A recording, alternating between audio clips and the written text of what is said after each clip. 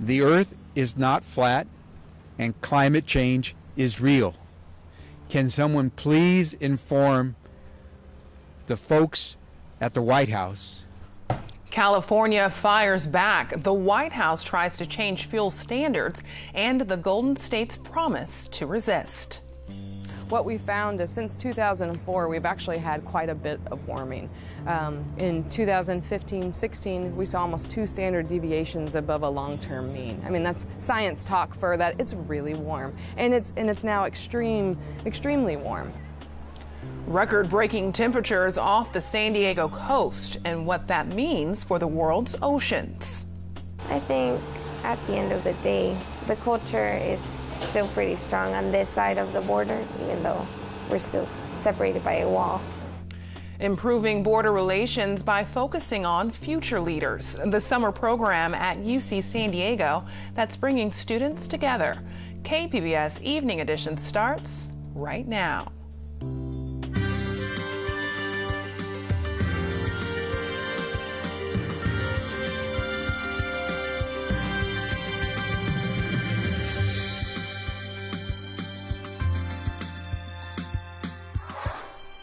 Good evening and thanks for joining us. I'm Ebony Monet. A state Supreme Court ruling today is placing San Diego's pension reform measure in jeopardy. KPBS Metro reporter Andrew Bowen says the court found a violation of labor laws. Proposition B eliminated guaranteed pensions for most new city employees. Voters passed it overwhelmingly in 2012. But the High Court found that state law required then-Mayor Jerry Sanders to bargain with public employee unions before he pursued pension reform through a citizens' initiative. Ann Smith, the lawyer for the city's largest public employee union, feels vindicated. I'm pleased that the law is not only being enforced in the city of San Diego, but that there will be relief and a remedy for the people working for the city who were victimized by the city's violation of the law. The High Court's decision found even though Prop B was a citizens' initiative, it was still conceived by Mayor Sanders, and he used the weight of his office to convince voters to pass it. Former City Councilman Carl DeMaio was one of Prop B's chief supporters. He says state labor laws should be changed. I think that the justices are struggling with a fatally flawed law passed by Sacramento politicians that binds the hands of local officials in trying to negotiate fair and sustainable salaries and benefits for government employees. The fate of Prop B is now in the hands of the Court of Appeal, which could invalidate the measure or impose another remedy. Andrew Bowen, KPBS News. Legal analyst Dan Eaton says now that the state Supreme Court has ruled the Mayor Sanders-backed measure was illegally placed on the ballot, it's sending the case back to appeals. The question is whether the Court of Appeal, now bound by a finding that the Mayor Sanders violated his duty to meet and confer, simply throws out Proposition B. And then you can expect going forward, you're going to see another attempt, somehow, some way, to reform pension. We'll continue to follow this issue and the legal developments after this key ruling from the state Supreme Court, on air and online at kpbs.org. California officials say they'll fight back against the Trump administration's proposal today to weaken Obama-era fuel efficiency standards for cars and revoke the authority of a state to set their own stricter standards. California Governor Jerry Brown issued a statement in response saying, quote, under this reckless scheme, motorists will pay more at the pump, get worse gas mileage, and breathe dirtier air. California will fight the stupidity in every conceivable way possible. The Trump proposal would freeze U.S. mileage standards at 2020 levels, which is about 30 miles per gallon. Attorneys general from 18 other states and the District of Columbia say they'll go to court to stop the rollback in mileage standards. Another sign of just how hot it's getting in San Diego, take a dip in the water. Scripps researchers recorded the highest ocean temperature to date in La Jolla yesterday. KPBS reporter Eric Anderson explains they have been taking daily measurements there since 1916. So right now we collect 2 samples. Once a day for the past 102 years,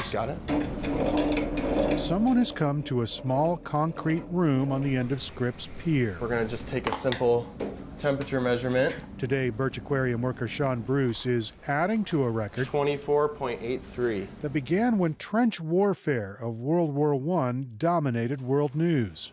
Every single day, we take a sea surface sample and a bottom sample, and both of these are testing salinity measurements as well as temperature. And it was Wednesday's reading that raised eyebrows. Scripps researcher Melissa Carter says it was the highest temperature ever recorded here, 78.6 degrees. Carter works with the information gathered here and at several other nearshore locations. Okay. What we found is since 2004, we've actually had quite a bit of warming.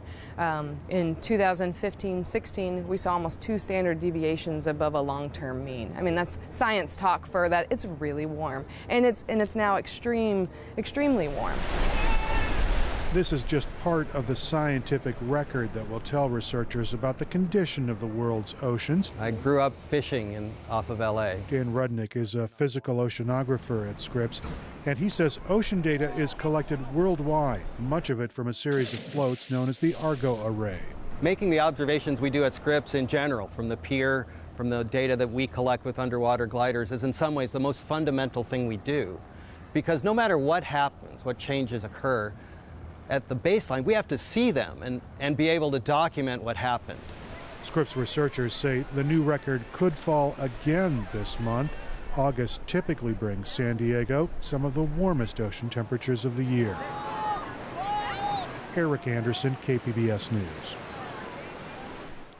18 wildfires are burning across California. The largest is near Redding, and it's now double the size of Sacramento. Firefighters say unstable weather is slowing down their progress. They're coming 20 to 30 miles per hour. They're going to be coming off that low front that's coming in, so they're going to be going in the opposite direction that they have been earlier in the week. So you're going to have some erratic fire behavior because of that. That fire could turn around and go in different directions.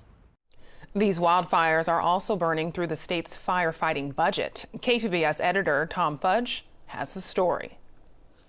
State Fire spokesman Scott McLean says California has already spent at least $115 million. That's more than a quarter of its annual firefighting budget, and we're just 1 month into the budget year. The 6th most destructive wildfire in state history is the week-old Carr Fire near Redding, which has killed 6 people and destroyed more than 1,000 structures. Tens of thousands of people also remain under evacuation orders. McLean added that although the state has only budgeted $443 million for firefighting, that budget could be increased if fire emergencies persist. He said last year the state spent $780 million fighting fires. Tom Fudge, KPBS News. A UC San Diego science program unites students from both sides of the border, and it's seen a record enrollment this year despite political tensions. KPBS education reporter Megan Burks shows us how it's giving educators hope for the future. 16-year-old Angela Mendez and 17-year-old Carolina Martinez work side by side in a lab at UC San Diego. They're quiet and methodical among the whirring machines, lost in the process of transforming carbon black and polyethylene into a thin film. We're working towards making batteries safer, so we're creating a thermal-responsive polymer switching film, which is a coating that will go around a lithium-ion battery to prevent it from overheating. Think exploding cell phones and hoverboards in flames. These high schoolers are spending their summer working on a possible solution to that. It's part of a 7-week program called Enlace that brings together high school and college students from both sides of the border to collaborate in some 60 labs across campus. These 4 universities from Baja came. Engineering professor Olivia Greve directs the program. And I place them in laboratories in pairs with the intent of having them build these human bridges across the border, using science and engineering as a tool to get them to engage, to get them to know each other, to get them to participate in the development of knowledge. Ganó otro premio Nobel y One might expect to see a study in contrast, white, black, and Asian students learning from their Mexican counterparts and vice versa. But the vast majority of U.S. students in Enlace are Mexican American and speak Spanish. Just like her lab partner from Baja, Mendez crosses the border regularly to shop or see family. Although we're from different sides of the border, I think we're pretty much the same. Her partner, Martinez, has to search when asked about differences between the two. Maybe here you can go hang out with your friends after school, and you don't usually do that in Mexico because it's not the safest thing to do. I think at the end of the day, the culture is still pretty strong on this side of the border, even though we're still separated by a wall. And that's the thing. The San Diego Baja region already defies its borders to some extent. And Enlace is about taking that to the next level. It is beyond just family crossing over and visiting family on both sides of the border. It's about thinking about this as one economic region and one region of innovation that can educate its young people to contribute to both sides of the border in the areas of science and engineering. Immigrant rights are human rights. Immigrant rights are human rights. As activists stage rallies to protest President Donald Trump's border policies, businesses and their boosters are urging the president to consider our shared economy. In a report last month, UC San Diego researchers detailed $6.2 billion in goods that American and Mexican companies produce in tandem. What kind of society would take young people who want to work hard and make a contribution to all of us and say we're going to push you into the shadows? Educators, too, are taking a stand to protect what immigrant students and millions of dollars in cross-border research bring to their campuses.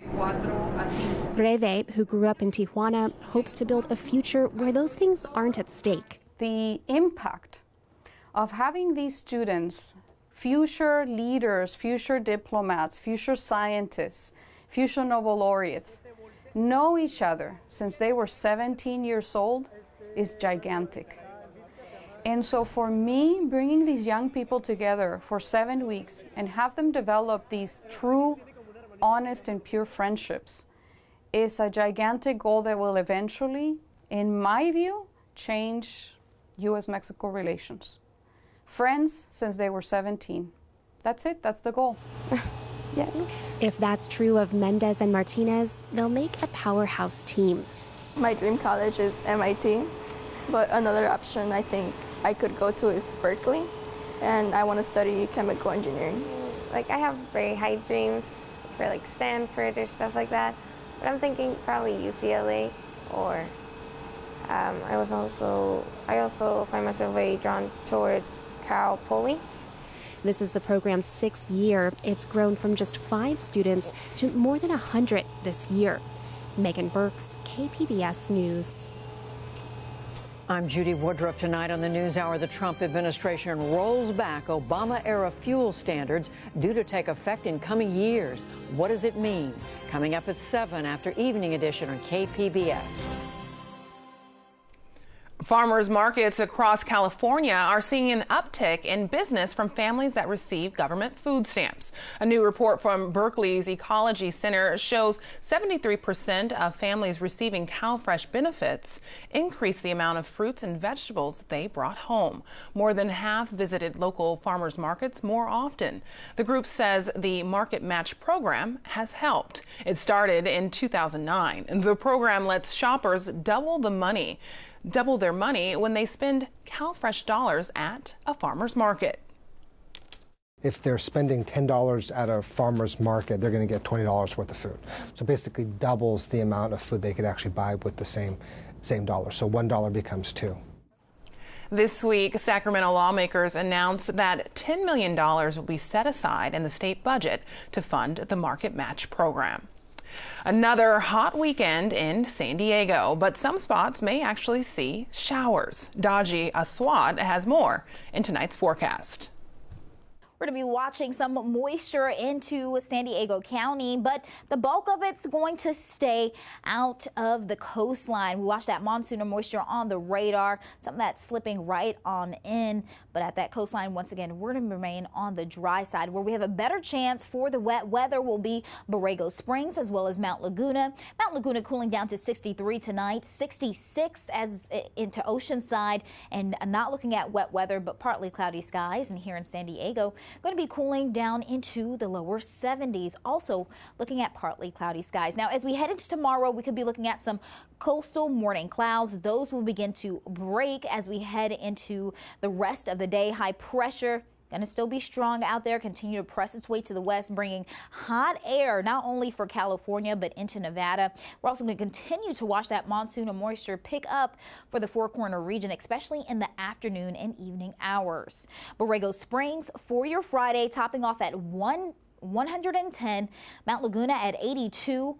Topping off at 82 in Oceanside and 81 in San Diego. And our weekend forecast, well, is remain dry here across the west portion of the country.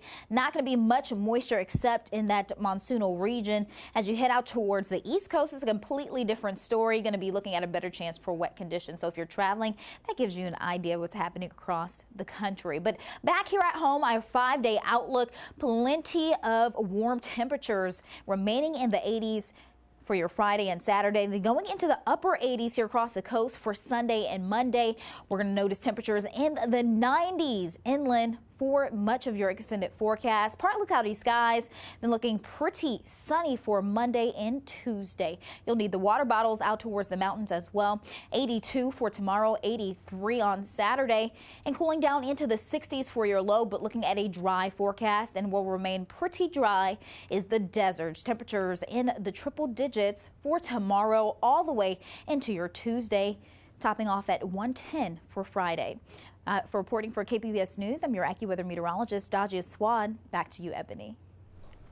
Doctors offer women a lot more cesarean sections now than they used to, even when they aren't medically necessary. That's according to data from Maternal Health Collaborative at Stanford University. About 1/3 of California women had C-sections in 2014. That's up from 1/5 in 1998. The group says the rise is largely due to doctors wanting to save time by scheduling births, but it poses additional risks to women such as blood clots and infections. I think it's important that women have a voice here in terms of understanding what the risks are and understanding that they can do a lot to prevent a first birth C-section, particularly since there's such a big gray zone. The group is working with the state health department and consumer advocates to educate pregnant women about the problem. A new law in Australia gives people who were conceived with donor sperm the right to know the identity of their biological parents, even if those donors would rather remain anonymous. AP reporter Krista Fourier has more. A letter out of the blue took Peter Peacock down a path set in motion 40 years ago. That's why I think that I was such a shock when I went to my letterbox and found that letter. A woman seeking to know more about him asked if she could contact him. A stranger until he saw her picture. And I looked at it and I thought, no. It wasn't like, no, it's not. It's, no, it is. You know, basically from here up was my genes. Peacock was a new father in Melbourne in the late 1970s. The self-described hippie said he donated sperm to help other couples. A forgotten act until now. A new law passed last year in Victoria State, Australia, retroactively erased the anonymity of sperm and egg donors. Their offspring now have the legal right to know their donor's name, going back decades. The law prompted by people who wanted to know their heritage and family medical histories. For many donor-conceived people, this is an amazing opportunity. We know there's a mix of reactions from donors when they're approached. Donors do have the right to demand they not be contacted, but Ian Morrison and others feel betrayed by the new law. You know, I donated the semen so that their parents, their raising parents, could have a family, and I've done my bit. I just want to walk away. We did not think that was a good idea, and still we oppose that, and still don't think it was the right decision. According to the state agency that maintains a register of donors, offspring, and their parents, about 80 people have come forward seeking information about their donors. Gypsy Diamond was one of them. At 21, she found out her dad was not her biological father. Years later, the new law helped put a name and face together. Peter Peacock. I definitely feel a bit more at peace. It's pretty surreal meeting someone who you look so much like and have so much in common, and it's definitely filled that gap. The first meeting between Peacock and Diamond took place in March. The two felt an instant connection and are now in regular contact. I think there's still a certain amount of what am I or who are you, you know? I mean, I class you as my biological daughter. Yep. And I said, I do love her. Cheers. Girl, daughter. The retired police officer recently learned there were a total of 16 offspring from his sperm, including Diamond's brother. Peacock says he will meet with others if contacted, letting his past catch up with him. Krista Fourier, Associated Press. Thousands of San Diego students got big help with school supplies. From crayons to binders, volunteers at SDCCU Stadium packed school supplies into new backpacks yesterday. San Diego County's Office of Education spent weeks collecting items for homeless students. One volunteer has been supporting the school supply drive for the last 5 years. I think this will help them to be encouraged and so they'll feel better about how their life is working. Because then they can go to college and get into a good college and go to a good life. Jolie celebrates her Adoption Day party every year with a request for school supply donations. A matter of faith and freedom. Both are at the heart of one student's decision to wear a traditional headscarf. In tonight's New American series, student producers from Dalton Middle School in Georgia introduce us to their classmate.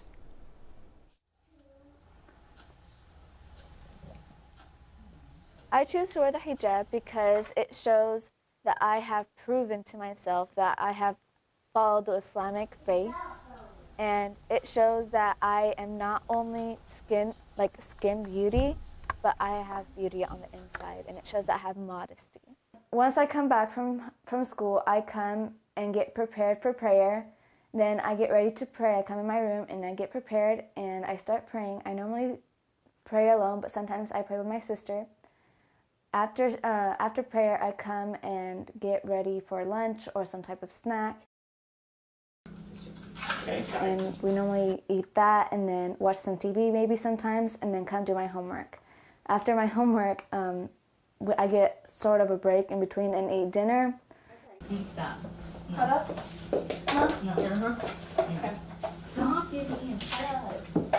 And I get back to homework, and then after homework, I will get ready for sleep and sleep. And just for me to get a better education and better job opportunities. Okay, so we chose to come to America because my dad first came here to get a job and come to college. And he chose this country because it's a free country and there's no other country like America. At that time it was, and still is, the best place to live in the world. There's nothing different about her. I just think of her of Noor Issa, not Noor Issa the Muslim.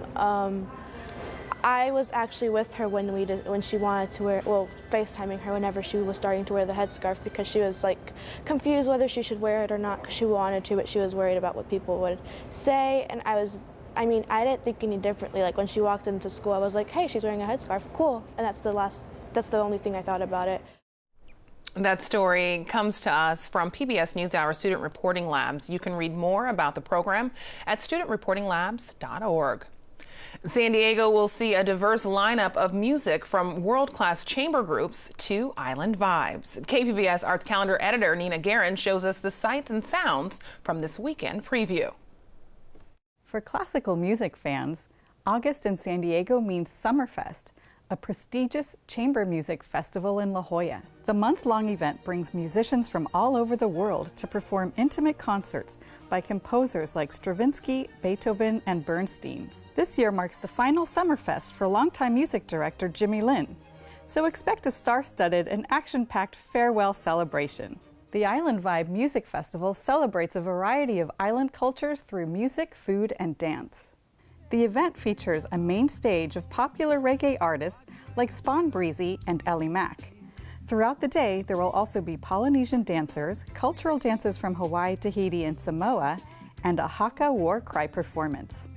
Another big draw is, of course, the food and vendors, and this festival will have plenty of island delights, craft beers, and more.